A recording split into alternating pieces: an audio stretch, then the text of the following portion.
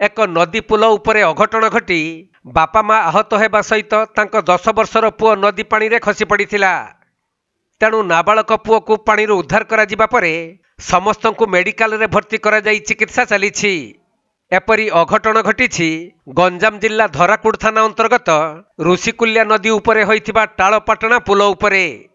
मिलिथिबा सूचना अनुसार हरिपुर ग्रामर मिथुन नायक तांको स्त्री खिली नायक एवं 10 वर्षर पुओ गणेश नायक टाळपाटଣା पुल उपरे चाली चाली जाउथवा बेले एक ऑटो सेमानंकु धक्का देइथिला। फलरे बापा माँ पुल उपरे रही जाइथिले मध्य 10 वर्षर पुओ गणेश पुल तलकु खसी पड़िथिला।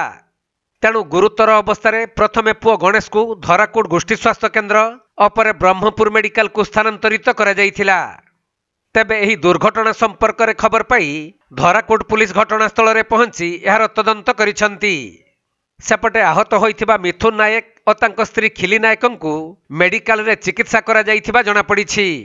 आमे जाउथिला या से संतोला से बडे पत्थर दा थिला सेही पिकअप करी आनी बैलेंस कर पाला। जो ब्रिज खोला है कि अच्छी से ब्रिज ऊपर हाँ बाबू पिला खसला हेले कौन है अबे बर्तमान का माड होइछ आपन परिवार पिला को मरते बसनी पिलाटा कोठी पड़ला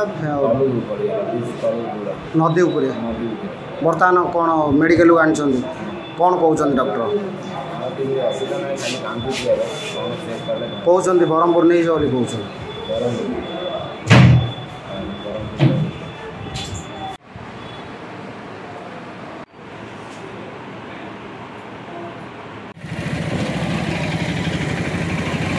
गंजाम जिल्लारू जगन्नाथ साहू रिपोर्ट कोणार्क लाइव।